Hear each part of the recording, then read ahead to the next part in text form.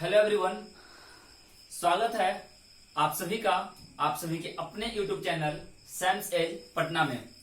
मैं समीर कुमार लेकर आया हूं आज तीसरी वीडियो इस सीरीज का। इसके पहले मैंने इस सीरीज से जुड़े 2 वीडियोज को डाला है। जो सीरीज चल रही है इसमें हम लोग बात कर रहे हैं बेसिक इंग्लिश ग्रामर के बारे में। हम कैसे अपने सेंटेंस को, अपने ग्रामर के स्ट्रक्चर को बेहतर कर सकते हैं, कैसे अपना बेसिक बहुत अच्छा कर सकते हैं, इस बारे में हम लोग बात कर रहे हैं। अब तक हमने 2 क्लास दिया है। इसमें पहले क्लास में हमने पढ़ा सेंटेंस क्या है, सब्जेक्ट क्या होते हैं, प्रेडिकेट क्या होते हैं, ठीक है, और एक सेंटेंस में क्या क्या कंपोज किया जाता है। दूसरे क्लास में हमने पढ़ा कुछ स्ट्रक्चर्स को, इज, एम, आर का यूज पढ़ा हमने, वाज वर्ब का यूज हमने पढ़ा। उसके अलावा हमने पोजेशन के लिए पॉजिटिव केस जो होता है आपका हैज हैव को दिखाने के लिए, दैट मीन्स मेरे पास एक कलम है, मेरे पास कुछ दोस्त हैं, इस तरह सेंटेंस कैसे बनाएंगे इस बारे में हमने पढ़ाई किया। आज जो तीसरा वीडियो है, मैं तीसरा वीडियो जहां मैंने खत्म करा था दूसरा वीडियो को, मैं वहीं से स्टार्ट करूंगा, है ना। तो चलो देखता हूं। मैंने जो कल बताया था आपको उसमें निगेटिव सेंटेंस के बारे में नहीं बताया था, निगेटिव सेंटेंस के बारे में नहीं बताया था। अगर मानो कि मैं बात कर रहा हूं हैज हैव का, हैज हैव है ना, हैज हैव हैड का, अगर सेंटेंस होता जैसे इसका स्ट्रक्चर बताया गया था, subject has have had plus noun, ठीक है, नाउन। तो अगर मान लो कि एग्जाम्पल होता मेरे पास बहुत किताबें हैं, मेरे पास बहुत किताबें हैं, तो आप क्या बना रहे थे, आई हैव मेनी बुक्स, है ना, आप यही बना रहे थे, आई हैव मेनी बुक्स। लेकिन अगर सेंटेंस निगेटिव हो, अगर सेंटेंस निगेटिव हो तो कैसे बनेगा। तो देखो सब्जेक्ट आएगा आपका, हैज आएगा, हैव आएगा, हैड आएगा, नॉट आएगा, और क्या आएगा, नाउन आएगा। एक छोटा सा कंसेप्ट यहां समझना आप लोग, इसको हम लोग एक और तरीके से लिख सकते हैं। सब्जेक्ट आएगा, हैज आएगा, हैव आएगा, हैड आएगा, आप नो यूज कर सकते हो, और नो के बाद फिर यहां पे आप नाउन यूज करोगे। अब देखो एक बेसिक कंसेप्ट आ रहा है, नॉट और नो। तो सबसे पहले हम समझते हैं कि नॉट क्या है, नो क्या है। देखना, इसको मैं यहां साइड बता रहा हूं आपको नॉट और नो के बारे में, है ना। देखो नॉट जो है माय डियर स्टूडेंट्स, नॉट जो है, नॉट आपका क्या है, एडवर्ब है। नॉट क्या है आपका, एडवर्ब है। और नो जो है, नो आपका क्या है, एडजेक्टिव है। नो क्या है आपका, एडजेक्टिव है। अब आपको क्लियर हो गया होगा कि जब नो एडजेक्टिव है तो नो के तुरंत बाद क्या आना चाहिए, नो के तुरंत बाद क्या आना चाहिए, नाउन। इट मीन्स ये किसी नाउन को फॉलो करेगा। नो जब भी आएगा तो उसके तुरंत बाद आप किसी नाउन का यूज करते हैं। जब नॉट आएगा तो नॉट एडवर्ब है, तो इसके बाद आप नाउन को ना लाकर किसी और भी चीज को ला सकते हो, ठीक है। और यहां पे यही डिफरेंशिएशन है। चलो एग्जाम्पल हम लोग करते हैं, एग्जाम्पल दूंगा तो क्लियर हो जाएगा। एग्जाम्पल है, मेरे पास मोबाइल नहीं है, मोबाइल फोन, ठीक है, मेरे पास मोबाइल फोन नहीं है। तो क्या बनेगा, आई, देखो हैव है ना, प्रेजेंट है, तो मैं हैव यूज कर लू, I have not a mobile, या मैं बनाऊं आई हैव नो मोबाइल। तो देखो आप दोनों तरीके सेंटेंस को सही कर सकते हो। अगर आप नो का यूज कर रहे हो तो ध्यान रखना किसी भी आर्टिकल का प्रयोग नहीं होगा। अगर आप नो लगा रहे हो तो आप आर्टिकल का प्रयोग नहीं करोगे, लेकिन अगर आप नॉट का यूज करोगे तो आर्टिकल का यूज किया जाएगा। हम लोग बहुत फ्रिक्वेंटली यूज करते हैं I have no mobile, I have no money, I have no this, I have no that, है ना। तो जब नो आप यूज कर रहे हो तो ध्यान देना आप आर्टिकल का प्रयोग नहीं करते हो। देखो मेरी फोकस है, मेरी सोच है कि मैं जो ही बताऊं आपको स्ट्रक्चर, उस स्ट्रक्चर के माध्यम से आप सेंटेंस को सही सही लिखना सीखो।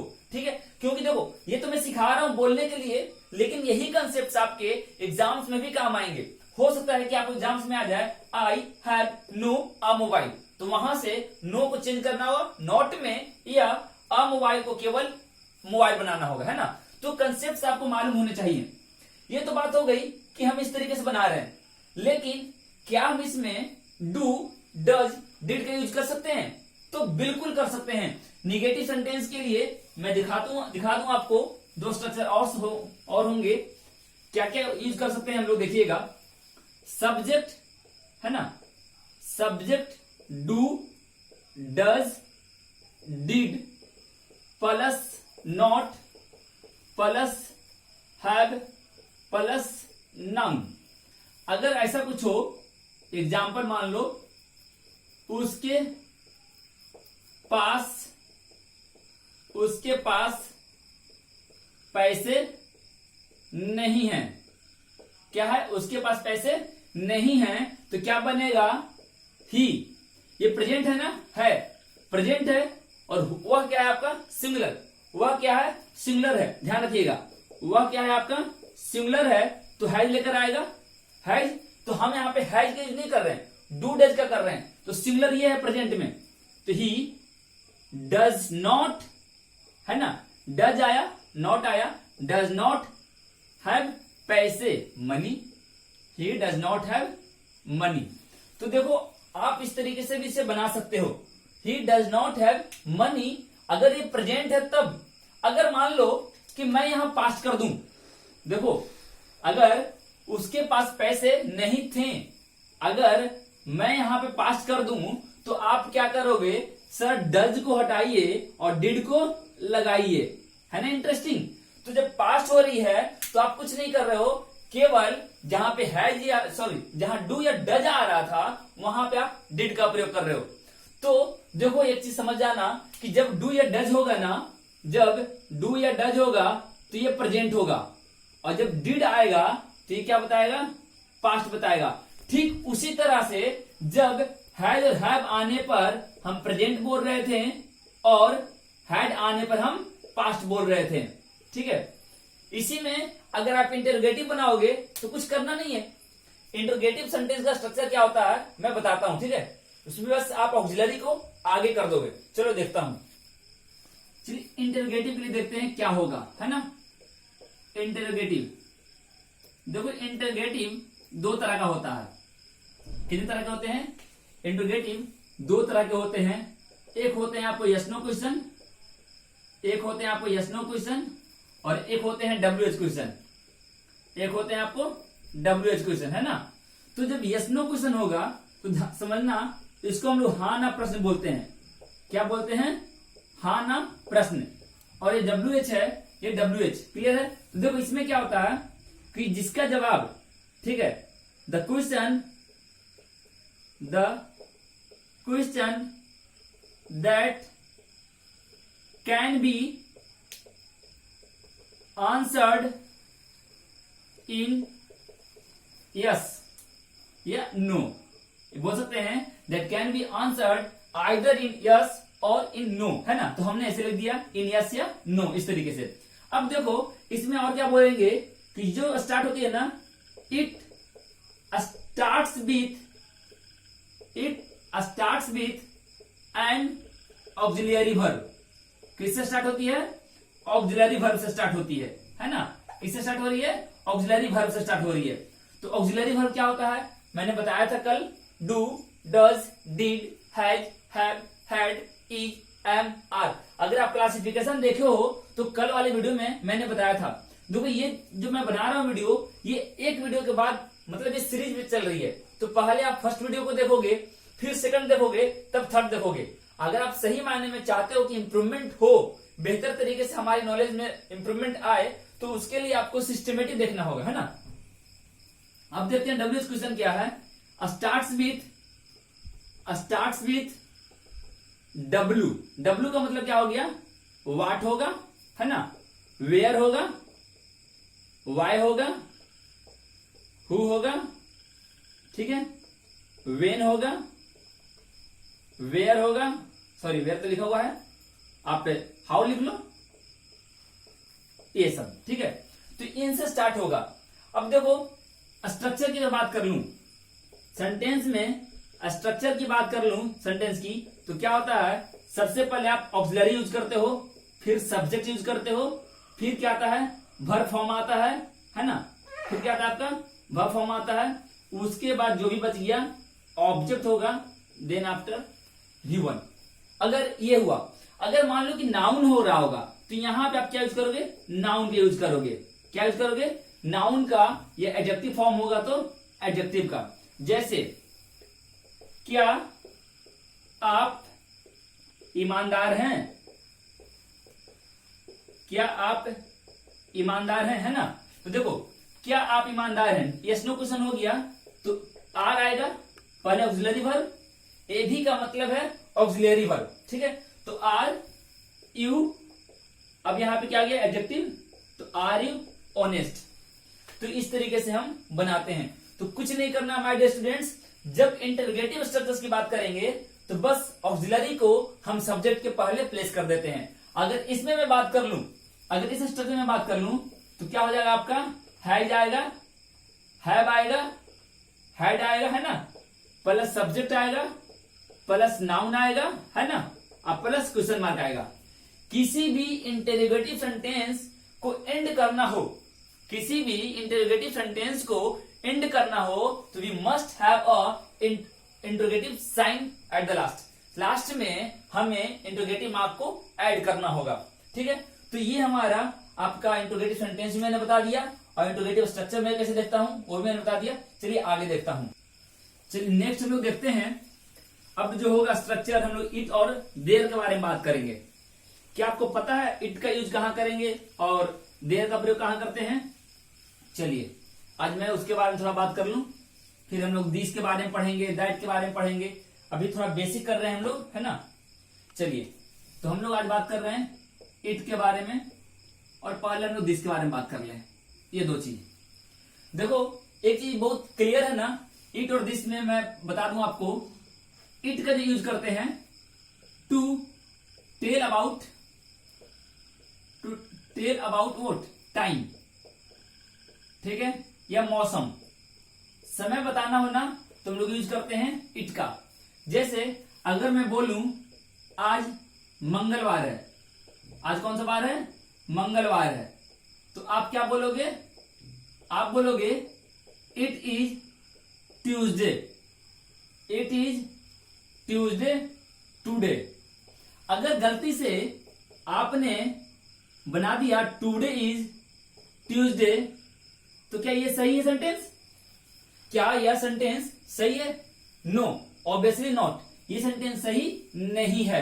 तो सेंटेंस सही कौन सा है? ऊपर वाला है, टुडे इज ट्यूजडे आपका गलत है। अगर बोलना हो आज मंगलवार है, आज बुधवार है, आज गुरुवार है, तो हम लोग यूज करते हैं इस तरीके से, इट इज बोलते हैं, है ना, इट इज का यूज करते हैं। चलो एक तो हो गई। दूसरा अगर बोलना हो क्या कितना बजा, है ना, अगर मान लो मैं बात कर लूं कि अभी 4 बजे हैं, अभी कितना बजे हैं, 4 बजे अगर मैं बोलूं, है ना, 4 बजे हैं, तो 4 बजे तो आप क्या बोलोगे, it is 4 o'clock, it is 4 o'clock, it is 4 o'clock। कौन सा तरीका सही है? तो देखो एग्जैक्ट जो लिखा जाएगा वो सही तरीका आपका ये वाला है। बोलचाल की भाषा में आप एक यू आर बोल रहे हो या न्यूमेरिक 4 बोल रहे हो पता नहीं चलता है, लेकिन अगर लिखना हो तो हम लोग इसको लिखेंगे, है ना। तो it is 4 o'clock।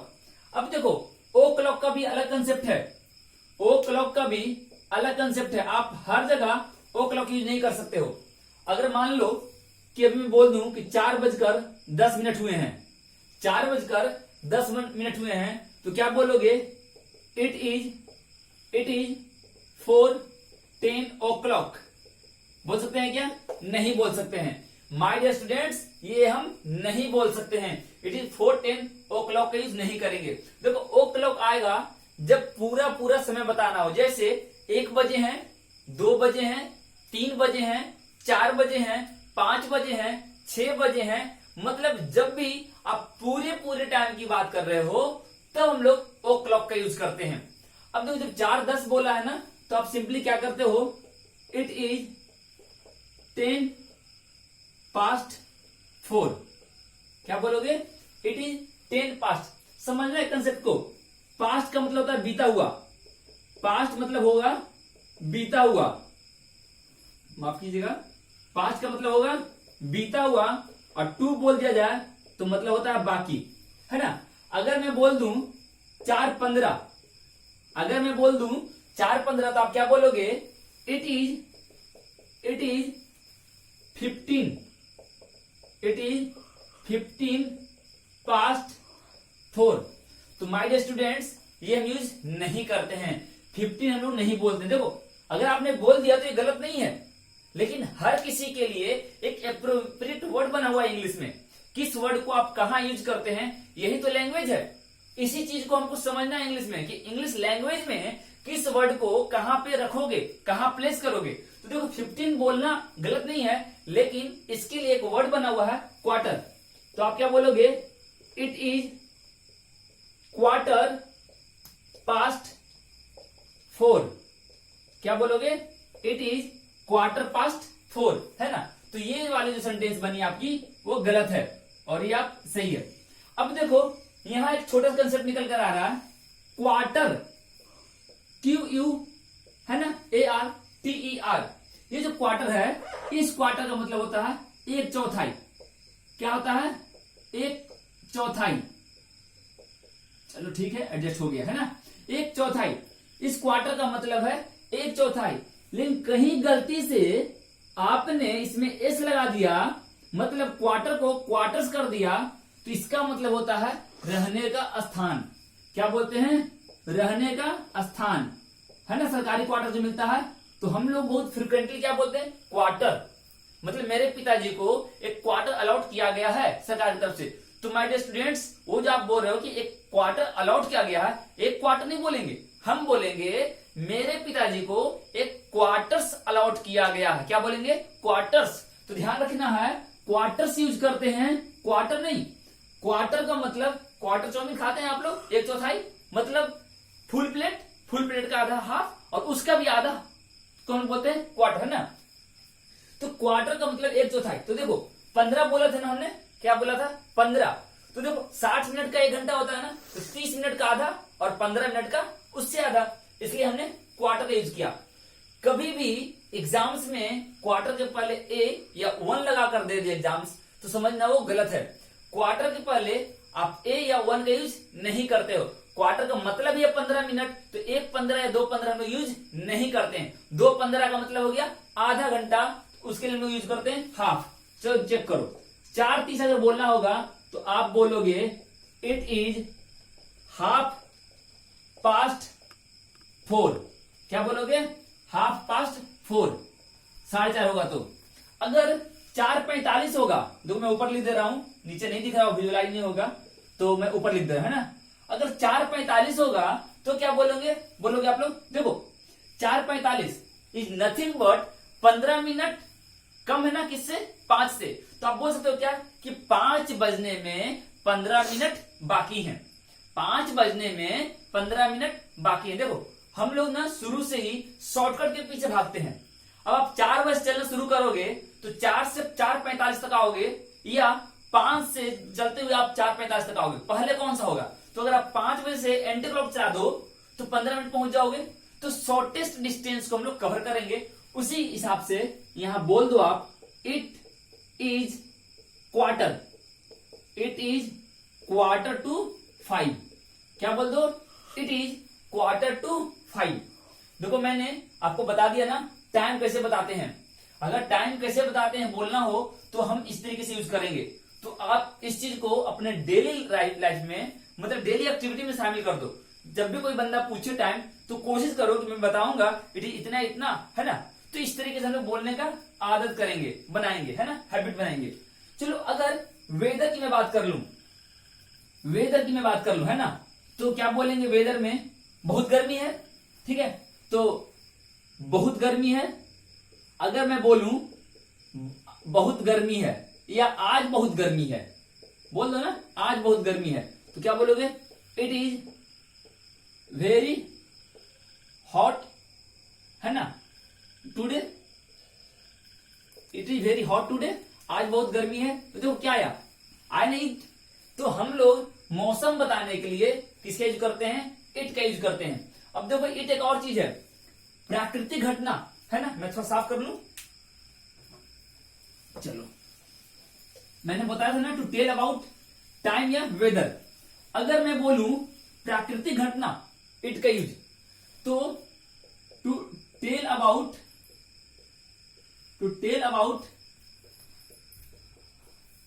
Natural calamities, विपदा आपदा जो होती है ना, कलामिटीज, मतलब तब वहां पे सब्जेक्ट के रूप में आप इट का यूज करते हो। जैसे क्या बोल रहे हैं? वर्षा हो रही है, तो इट इज रेनिंग, है ना, इट इज रेनिंग हैविली,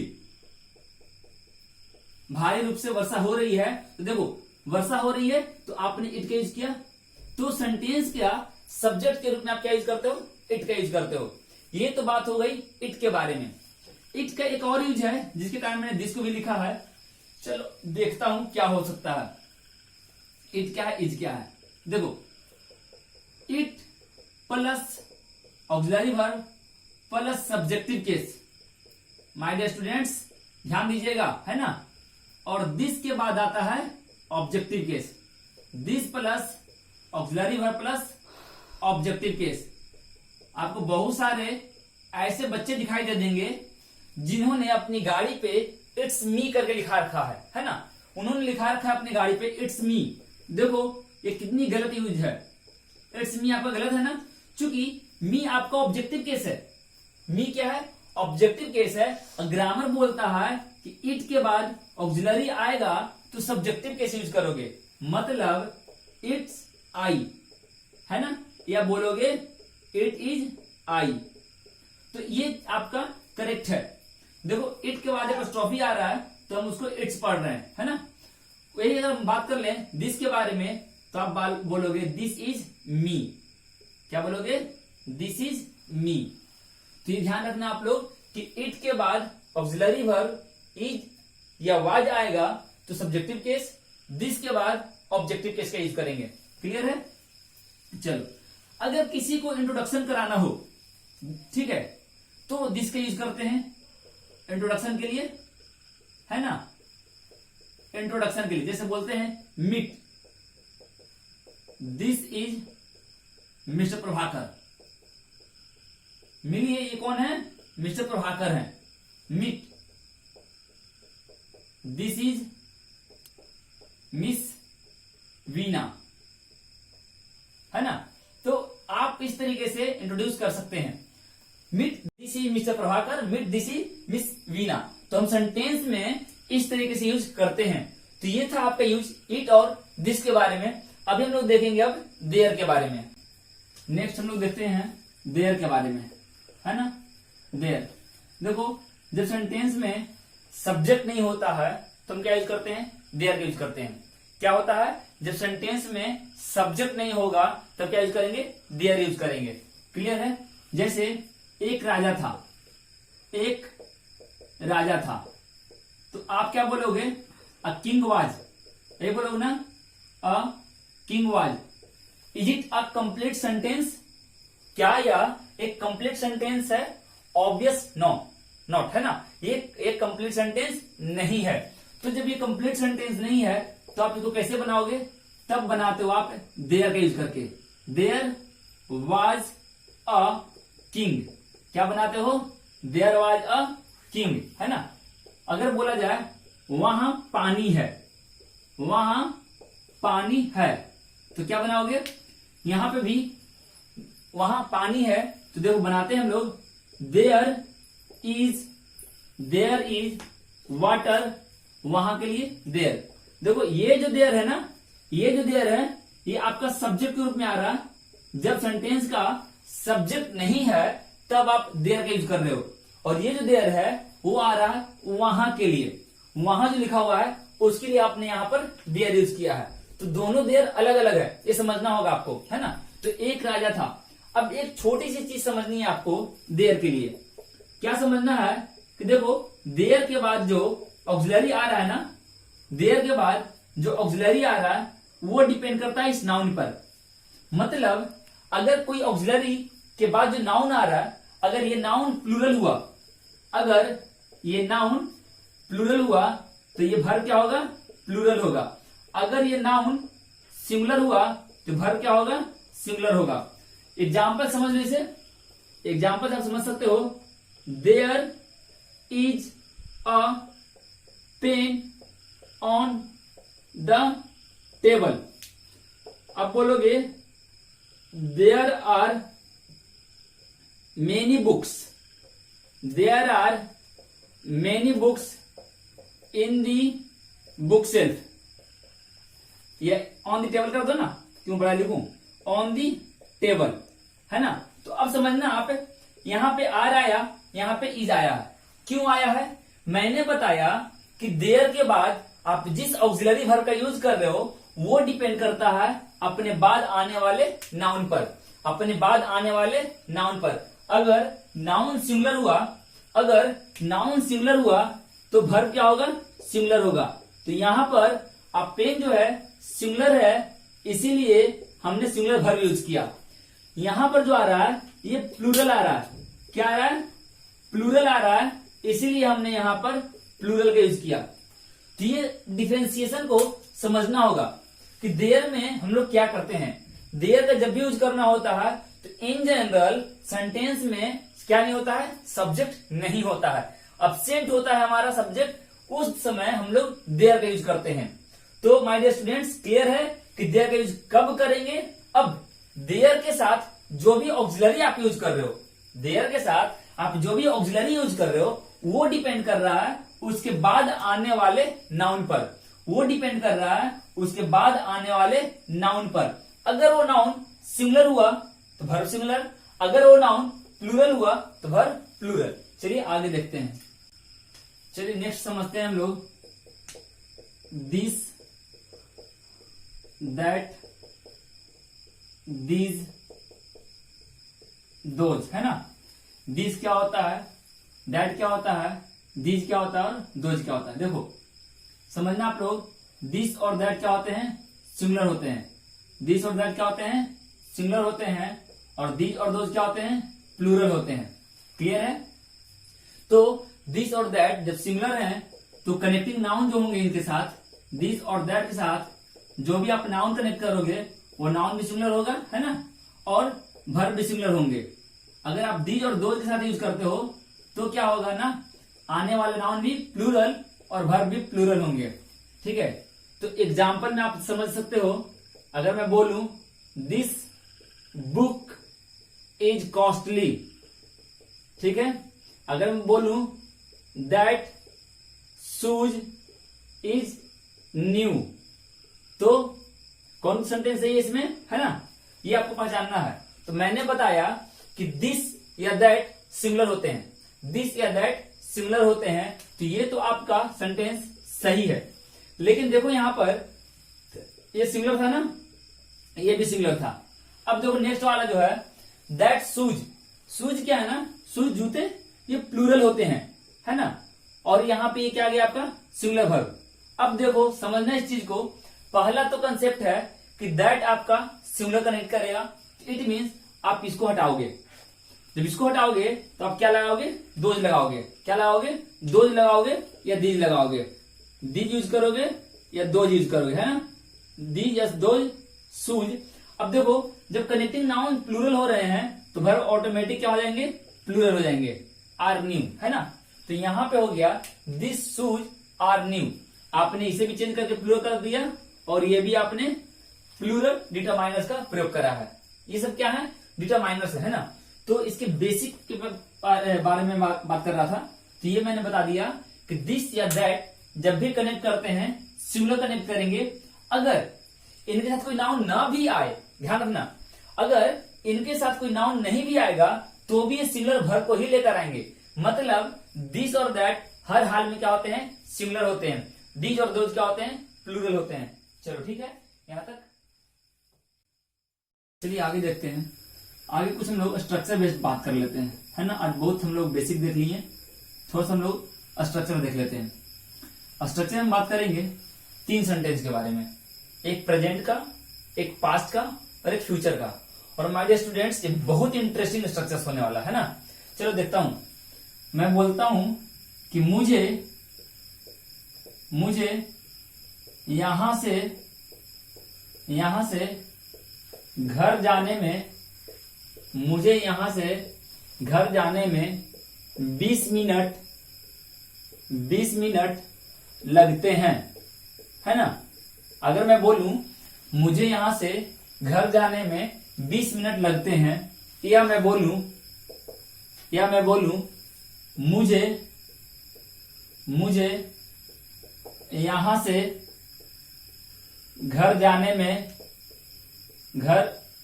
में 20 मिनट लग जाता है ना।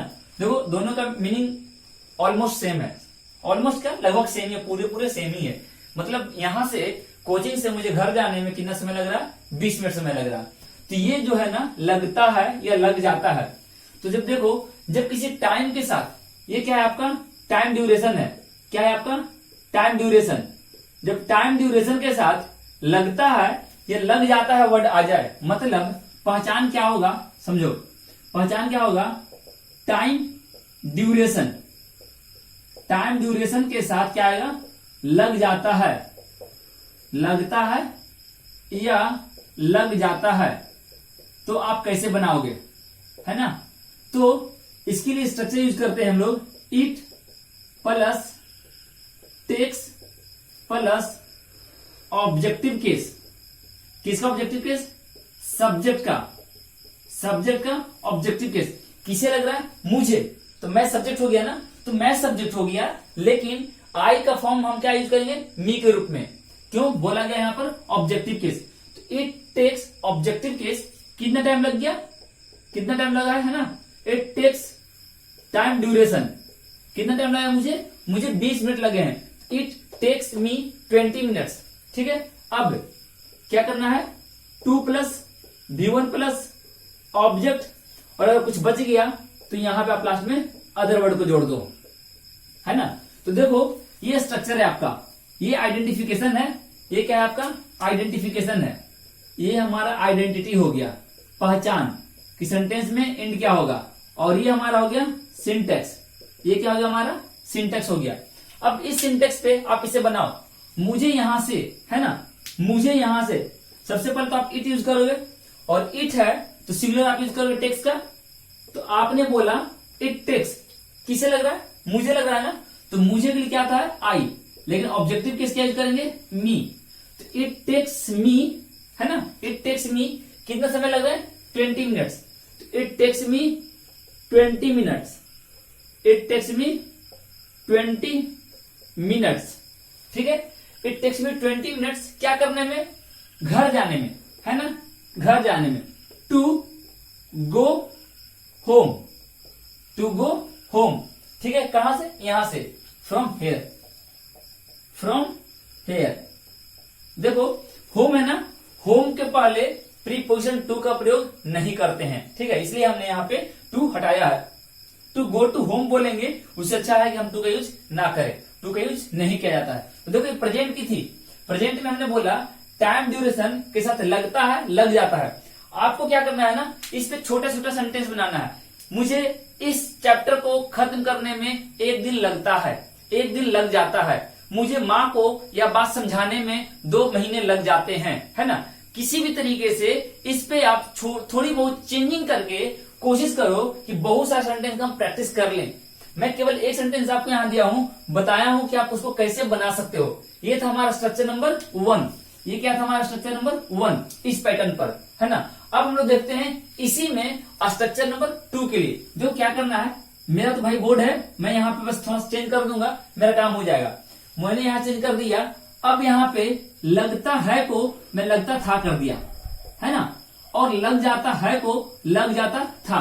तो देखो आपको भी ये चेंजिंग ऐसे नहीं करना है, आपको बकायदा लिखना है, ठीक है। आप स्क्रीनशॉट ले लो टाइप 1 का अलग से लो, टाइप 2 का अलग से लो, और या उसको आप लिखते चलो, मेरी तरह आप मत कर देना, ठीक है ना। मुझे यहां से घर जाने में 20 मिनट लगते हैं, नहीं लगते थे, ठीक है, लगते थे। मुझे यहां से घर जाने में 20 मिनट लग जाता था, है ना, लग जाता था। चलो हो सकता है कि मैं पहले पैदल चलता होगा, पहले मैं पैदल चलता था इसलिए मुझे इतने समय लगते थे, अब मैं बाइक से चल रहा हूं तो अब कम समय लग रहे हैं, कुछ भी कंडीशन हो सकता है ना। तो इस तरीके से मैं यूज करूंगा, ठीक है। लगते थे, लग जाता था, या बोल सकते हैं लग गए, क्या बोल सकते हैं, लग गए, ठीक है। तो आप इसमें ऐड कर लो, लग गए, ठीक है। चलो, तो इसमें क्या करना है, टेक्स्ट को बस टुक कर देना है, टेक्स्ट को क्या कर देना है, टुक कर देना है, टेक्स्ट को क्या कर देना है, टुक कर देना है। तब देखो सेंटेंस आपको फिर से वापस बन गया। मैंने केवल क्या किया, टेक्स्ट को टुक कर दिया। मुझे यहां से घर जाने में 20 मिनट लगते थे, है ना, तो मैंने बस वही काम कर दिया। अब देखो एक एग्जांपल मैं इस पे और कराता हूं, है ना, एक एग्जांपल और कराता हूं। सचिन को शतकों का शतक, सचिन को शतकों का शतक पूरा करने में 20 वर्ष से अधिक लग गए, है ना। सचिन को शतकों का शतक पूरा करने में 20 वर्ष से अधिक लग गए। तो अब देखो एकदम इसी पैटर्न पे चलेगा, लग गए पास्ट है ना, ये लग गए पास्ट है, तो अब क्या करोगे आप, इट यूज करो। इट आपने पहले यूज कर लिया, अब आंख बंद करके आप टुक लगा दो, क्योंकि ये पास्ट है तो इट तो टुक लाएगा ही। अब सब्जेक्ट आपका सचिन है और किसी भी नाम का ऑब्जेक्टिव केस वही होता है, तो आप यूज करो यहाँ पे इट टुक सचिन, ठीक है, इट टुक सचिन। अब देखो समय है ना, कितना साल है, 20 वर्ष से अधिक। It took Sachin more than 20 years, it took Sachin more than 20 years, 20 years, आप TWENTY भी लिख सकते हो। It took Sachin more than 20 years, क्या करने में, तो 2 से आप कनेक्ट करो, 2 है ना, शतकों का शतक पूरा करने में, टू कंप्लीट द सेंचुरी, शतकों का है ना, सेंचुरीज ऑफ सेंचुरी। देखो कितना अच्छा सेंटेंस बना, बस छोटा सा स्ट्रक्चर था, इस स्ट्रक्चर पे आपने कितना खूबसूरत सेंटेंस बनाया। इस तरीके से आप बोल सकते थे कि मुझे यह चैप्टर पढ़ने में इतने दिन लग गए, मुझे सर को यह बात समझाने में इतने समय बीत गए, ठीक है। मान लो कि अब आपको यह टॉपिक समझ नहीं आ रहा, आप सर के पास गए कंप्लेन लेकर, सर मुझे समझ नहीं आ रहा, तो आप ये बात मुझ तक पहुंचाने में, मुझे यह बताने में इतने समय ले लिए, तो आप बोलोगे सर मुझे यह बात कहने में महीनों लग गए, मुझे आपसे बात करने में महीनों लग गए, मुझे उससे मिले हुए महीनों हो गए। तो ये आप कहीं भी किसी भी तरीके से यूज कर सकते हो। मैं आगे और भी स्ट्रक्चर्स बताऊंगा जिसमें आप सेंटेंस को और बेहतर तरीके से जोड़ सकते हो। देखो ये था स्ट्रक्चर नंबर 2। अब देखो मैं थोड़ा सा चेंजिंग कर रहा हूं 3 के लिए, मैं थोड़ी सी बदल रहा हूं 3 के लिए। ये स्ट्रक्चर नंबर 3 हो गया, ठीक है। तो ये 3 हो गया, तुम क्या करेंगे, फ्यूचर की बात करेंगे। किसकी बात करेंगे, फ्यूचर की। तो जो लगता था ना उसको आप करोगे लगेंगे, मतलब टाइम ड्यूरेशन प्लस लगेगा या लग जाएगा, है ना, टाइम ड्यूरेशन प्लस लगेगा या लग जाएगा। अब देखो ये जो है ना टुक जो था उसका बदलो विल में, इट विल टेक। क्या बदलो आप, it will take, it will take, ठीक है। यहां पे भी आप थोड़ा सा बदल दो, 20 मिनट लगेंगे, 20 मिनट लगेंगे और 20 मिनट लग जाएगा, है ना। 20 मुझे यहां से घर जाने 20 मिनट लग जाएंगे, है ना। तो अब देखो कुछ नहीं करना था आपको, सेंटेंस का स्ट्रक्चर भी तैयार हो गया, सब कुछ एक साथ तैयार हो गया। आपको देखो आपको सबको 1 by 1 लिखना है, ठीक है। और कोशिश करने हैं कि आप सारे पर कम से कम 5-10 सेंटेंस जरूर बनाओ। देखो स्ट्रक्चर को रटो मत कभी भी, प्लीज मेरी इस बात को मानना कि आप स्ट्रक्चर को कभी भी रटने की कोशिश मत करना। Try to understand the concept, try to understand the meaning, वो क्या बोल रहा है। ठीक है, आपको क्या बदल रहा है यार, यहाँ पे केवल आपने क्या करा, एक जगह आपने टेक्स्ट करा, फिर टुक करा, फिर विल टेक करा, आपने यही तो हो रहा है ना। तो जब आप प्रेजेंट की बात कर रहे थे तो इट आपका सिंगुलर सब्जेक्ट, तो टेक्स्ट लेकर आया। फिर पास्ट में हम पढ़ेंगे टेंस में कि सब्जेक्ट प्लस V2 होता है, तो बस इसलिए टेक्स्ट को हमने टुक कर दिया। और ये फ्यूचर की बात है, तो फ्यूचर में इट के साथ हम लोग विल का यूज करते हैं, शैल का नहीं, तो विल आ गया। और विल मोडास भी है, और विल आपका फ्यूचर इंडिकेट भी करता है, और हर हाल में ये क्या लेकर आएगा, V1 लेकर आता है। तो इन्होंने V1 ले आया है ना। तो it will take objective case plus time duration plus 2 plus V1 plus other word, है ना। तो ये था। अब इसका एक एग्जाम्पल मैं करा लू आपको। चलो पहले तो मैं यही बना लू। तो ये क्या बन गया, मुझे यहां से घर जाने में 20 मिनट लगेंगे, तो कुछ नहीं करना यार, इट विल टेक, है ना, it will take me 20 minutes to go home from here. चलो ठीक है, अब एक और मैं बनाता हूं। अभी देखो, अगर मैं बोलूं कि सचिन के रिकॉर्ड के पीछे कौन प्लेयर है, तो आप बोलोगे sir may be Virat Kohli, may be Rohit Sharma. तो चलो देखते हैं। एक विराट को सचिन का रिकॉर्ड बराबर करने में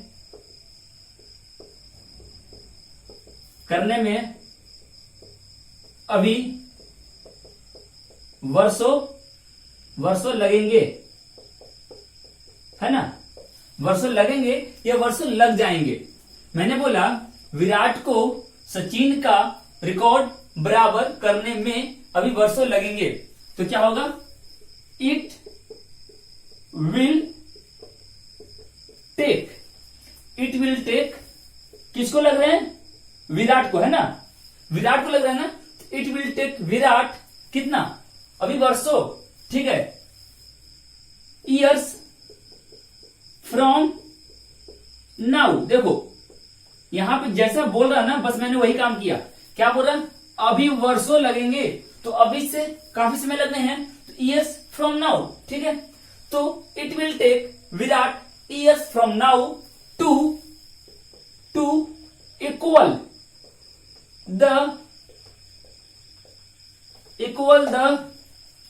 इक्वल सचिन रिकॉर्ड, है ना, इक्वल सचिन रिकॉर्ड, ठीक है। तो इस तरीके से हम यूज करेंगे। एक एग्जांपल और मैं देना चाहूंगा इसमें, ठीक है, एक एग्जांपल मैं दे रहा हूं, इसको आप लोग लिख लो, ठीक है। चलो वो मैं अभी कोरोना वायरस पे मैं एक एग्जांपल दे दूं। अगर बोलोगे अभी हालात सामान्य होने में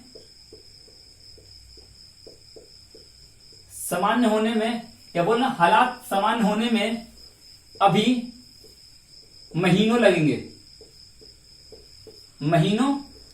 लगेंगे, है ना। तो कैसे बोलोगे, it will take months, it will take months to सामान्य होने में, टू नॉर्मलाइज द सिचुएशन, है ना, टू नॉर्मलाइज द सिचुएशन। तो देखो ये जो है ना आपका इट विल टेक, बहुत इंटरेस्टिंग कंसेप्ट है। तो माय डियर स्टूडेंट्स, इस पर जितना हो सके उतना आप प्रैक्टिस करो, छोटा छोटा सेंटेंस आप उठाओ और उसको बनाने की कोशिश करो। आज के वीडियो में बस इतना ही, अगले वीडियो में फिर मिलूंगा। चलता हूं इसी उम्मीद के साथ कि आप लोग मुझे फिर से पढ़ाने का मौका देंगे, मैं फिर से आऊंगा आपके लिए और इस कड़ी की अगली वीडियो को बनाऊंगा, बताऊंगा। Please my dear students, video को अच्छे से देखें और एक एक कंसेप्ट को समझने का कोशिश करें। मैं आपके लिए मेहनत कर रहा हूं। मेरी कोशिश है कि मेरे पढ़ाए गए, मतलब जो मैं पढ़ा रहा हूं कंसेप्ट से आप कुछ बेहतर कर सको, आपको कुछ ना कुछ फायदा हो। अगर मेरी वीडियो से आपको 1% भी फायदा हो रही है तो प्लीज माय डियर स्टूडेंट्स, इस वीडियो को ज्यादा से ज्यादा शेयर कीजिए, लाइक कीजिए और प्लीज चैनल अगर आप अब तक आपने सब्सक्राइब नहीं किया है तो प्लीज इस सब्सक्राइब करें। चलता हूं, फिर मिलूंगा, bye. Take care, have a nice day.